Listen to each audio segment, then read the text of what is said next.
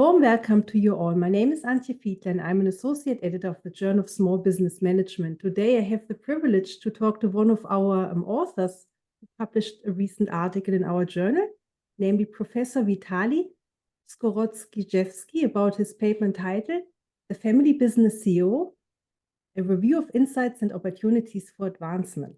The paper has been co-authored by him together with his colleagues Chandler, James Chrisman, Joshua Daspit, and Oleg Petrenko. Vitaliy is an assistant professor at the University of Louisville in the United States. The paper has been published in December 2023. So welcome, Vitaliy. Welcome. Thank you very much for having me here. I will share with you what I think about everything you will ask. It's such a pleasure to have you here. So my first question would be about where the idea for the paper came from. You know, first of all, this project started in 2019. So the idea for the paper originated, if my memory serves me well, from the research that Dr. Jeff Chandler and Dr. Oleg Petrenko worked on. And they both have like a strong background in CEO research, like in general, published in top-tier journals. So whenever we got together, we had this observation that family CEOs, they bring a unique perspective to their roles and the companies that they're part of. There are inherent differences from non-family CEOs, combined with the intricate dynamics of family firms, which are typically very different, prompted us to explore how observable and psychological characteristics of the CEOs, specifically family CEOs, might uniquely shape family firm strategic decisions and performance. And because we, generally speaking, there's quite a lot of research, but we didn't have some sort of an idea of where exactly we're at research-wise, the literature review totally made sense on this particular topic. That's how it all started. So a long time ago. 5 years.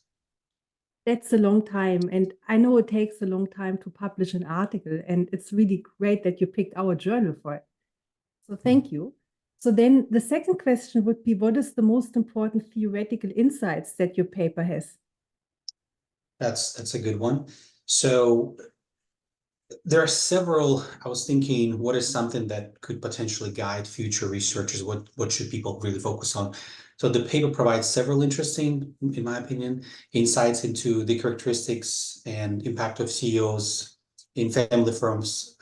And we're viewing this through the lens of the upper echelons theory. So the first one that comes to mind is the psychological characteristics of CEOs in general.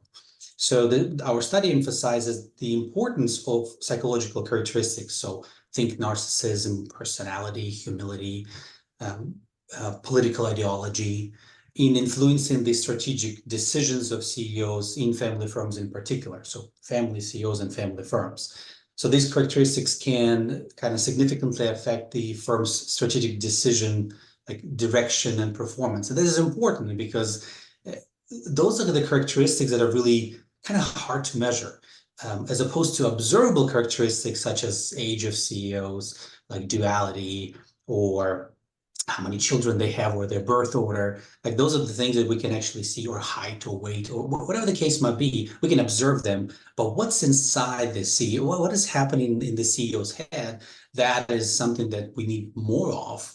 And because we know that family firms are different, and we know that family CEOs are different, understanding what's happening with those people, individuals, is really important, because that's really important. So the second one that maybe I should have started with it, is the balancing financial and non-financial goals. So family firm CEOs, specifically family CEOs, they often have to balance financial goals with family-centered non-economic goals to achieve social-emotional wealth. So this dual focus differentiates family CEOs from their non-family from family CEOs, and impacts their choices and performance. Non-family CEOs, they really don't have the goal to help the family. So that goal just doesn't exist. Like there's no family attached, very typically, and I'm speculating here. Very typical, a CEO is, a salaried employee who does certain things because the board of directors wants this to be done. But a family CEO has to worry about financial outcomes, decisions, strategic decisions that they make, and financial outcomes that follow, but as well as family-centered non-economic goals. And there could be reputation. Now, I know that reputation matters for everyone, but there's something about family reputation. So this is our family we're talking about. We're not talking about our firm. Our firm is our family. Our family is our firm. So that distinction is very, very important. And family CEOs and family firms really have to worry about that part. And the third thing is that when we kind of dig a little deeper, the paper introduces the framework. We're not the first to introduce, but we're using the framework of willingness, ability, and capability to understand CEO characteristics and that influence strategic choices. And this framework helps in analyzing the complex kind of like interplay between CEO personality attributes and their impact on the firm decisions and then performance. And there's a difference between, we kind of use some words interchangeably typically. So the willingness is the intentions to influence the firm's behavior to achieve family-centered non-economic goals in this case, and strategies. The ability is the managerial discretion or authority to direct, allocate, or alter the strategy. And the capability is a competency, acumen, or skill to make an executive and effective decisions. They have to do with direction or allocation or disposal of firm's resources. So we typically use, I know for sure that in literature, when we say ability and capability, it's kind of like almost like the same thing. But when it comes to research, if I'm not mistaken, I'm sure if someone watches this and says that, we obviously cite in research on all of this, but there's a difference between ability and capability, and we want to show that there really is a difference when it comes to that. So I think those are the three. Obviously, the whole article is written, and we have a lot of comparisons. And it's a literature review. It's not a meta-analysis. So obviously everything we found, we would love everything to be tested empirically, and we hope that is going to help future researchers, because we don't claim that this is the answer. It's just rather our observation of what is happening in the literature. Fantastic. Thank you, Vitaliy, for that summary of the key theoretical contributions. Another question I have would be, what is the impact for practitioners? So what advice would you give to managers or policymakers? So a couple, many things come to mind, but the one when it comes to, let's say, leadership development. So understanding the psychological characteristics that influence CEOs or CEO behavior can help in developing training and some sort of programs that tailored for family business leaders. And this is again me speculating, because I think we very often may treat executives as executives, but if you have a family in mind as an executive, maybe there's some sort of different kind of training program that you have to go through, and this can enhance the ability to balance the family and the business goals effectively. Essentially, I'm guessing, and just what research shows, that they may have a really hard time figuring out what's more important. But then there are a bunch of stakeholders. So the second one is succession planning. Every firm has a succession. Obviously, at some point there's a new CEO comes in. So the insights on the importance of psychological and this observable characteristics can also better inform succession planning in family firms, ensuring that the potential successors have the right mix of willingness, ability, and capability can lead to more successful leadership transitions. So the successor may be willing to do the work, and yes, I want to be a successor, and potentially the ability is there, but there's no skill. Capability is kind of missing. So that is a problem. It definitely is a problem and it can be addressed, right? You have to kind of realize that, okay, this is missing. Let's work on that. From the policy formulation perspective, for policymakers, understanding the unique challenges faced by family firms can lead to the creation of better supportive policies for example, policies that provide incentives for innovation and internationalization, family firms that can address the conservative risk-taking tendencies that often seen when it comes to family firms that are run by family CEOs, because remember, they really worry about the family and passing the firm to future generations. So yes, we want to be risky, but also not very risky. So that's when it comes to policy is important. And from the stakeholder management perspective, so the insights on how family dynamics and CEO characteristics affect strategic choices can help family firms better manage relationships with external stakeholders. Because, you know, people invest money in companies, and and sometimes they're okay that you worry about your family. That's great,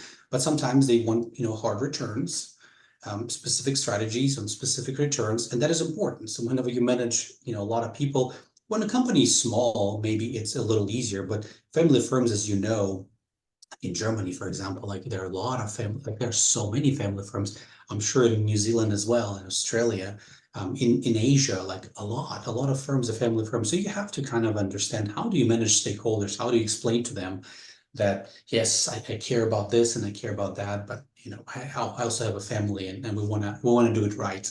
There's a lot of research. I mean, I'm obviously passionate a little bit more, a lot about family businesses in general.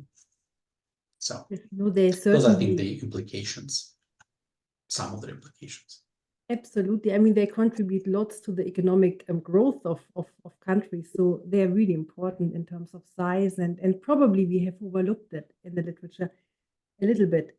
So when it comes to this shareholder value creation, what you just mentioned, I also would like to ask if you have maybe just some final thoughts you would like to share with us.